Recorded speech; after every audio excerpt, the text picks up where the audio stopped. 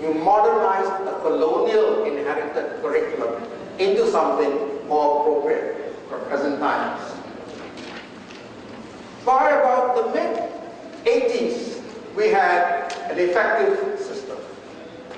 We were hit by the fact that we needed to globalize and meet the globalization challenge. We had built in 20 years an industrial economy.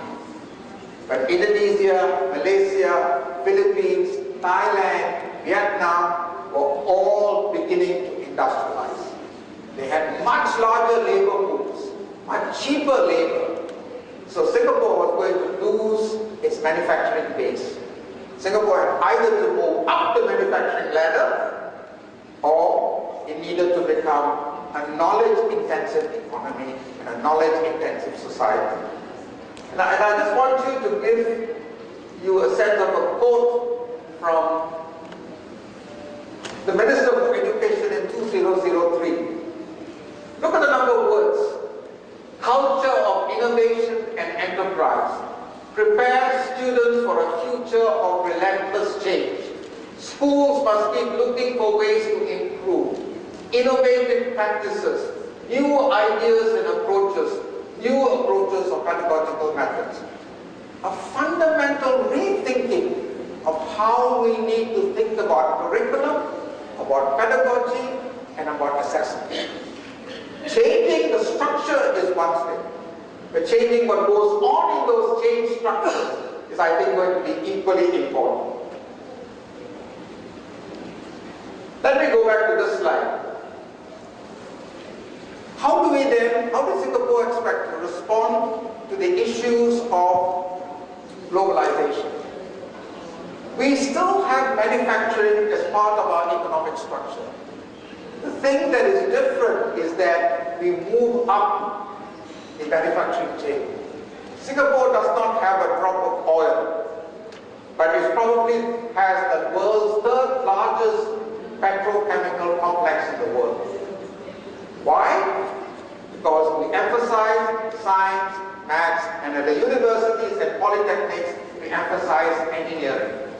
We have more chemical engineers per head of population than practically any other country in the world. So it is how we look at the economy, how we think the economy is going to change, and then how we structure education and curriculum, the specializations that we need.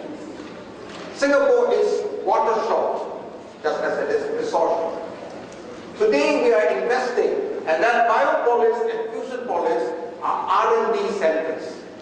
They are R&D centers looking at 21st century knowledge economies, water purification, solar energy, nanotechnology, biotechnology. That is possible in an island with only 3.5 million people, because we have invested intelligently in our human resources. And I think size doesn't matter. You can overcome size, but you must be very, very realistic about what is going to make you succeed in the world and how education and training are going to work. Professor Gopinathan, you have 3 minutes. Okay. I'll move on to core values and all that is known. This is available in the slides, so I won't go through that, but I want to go through some of the key success stories. Technology, okay. All right, I want to make this point clear. I think sometimes those of us who are in education think of curriculum and the need to change curriculum. I think we can go through many exercises in changing curriculum. But if we ignore pedagogy, if we ignore teacher capacity building, the best syllabus, the best curriculum is not going to achieve anything in the classroom. Singapore government gave the NIE $150 million over a 10-year period to research into pedagogic practices. What happens in the classroom? What is amenable to change? What factors facilitate teacher change? And many of us think we know our education system, but we know it anecdotally. We don't know it in a representative sort of way. We today have a very advanced database on what happens when instruction happens. And therefore, we are in a much better position to change what happens in the classroom, how teaching and learning needs to change with reference to 21st century skills than previously. Teachers in Singapore have 100 hours a year funded by government for in-service development. There is evidence-based pedagogy via action research fostered by the ministry. There was a reference to communities of learning. Singapore is trying to encourage communities of learning and communities of practice. This point is a point that I want to make. In general, curriculum redesign without attention to pedagogy, assessment reform, and relevant professional development will not be successful. We have had over and over and over again changes in the curriculum, changes in the syllabus, but nothing much seems to happen the way teachers teach. And I think that's important. Insufficient attention is paid to instructional design and in tapping the tested expert knowledge of teachers. And I think university-based teacher education is at fault.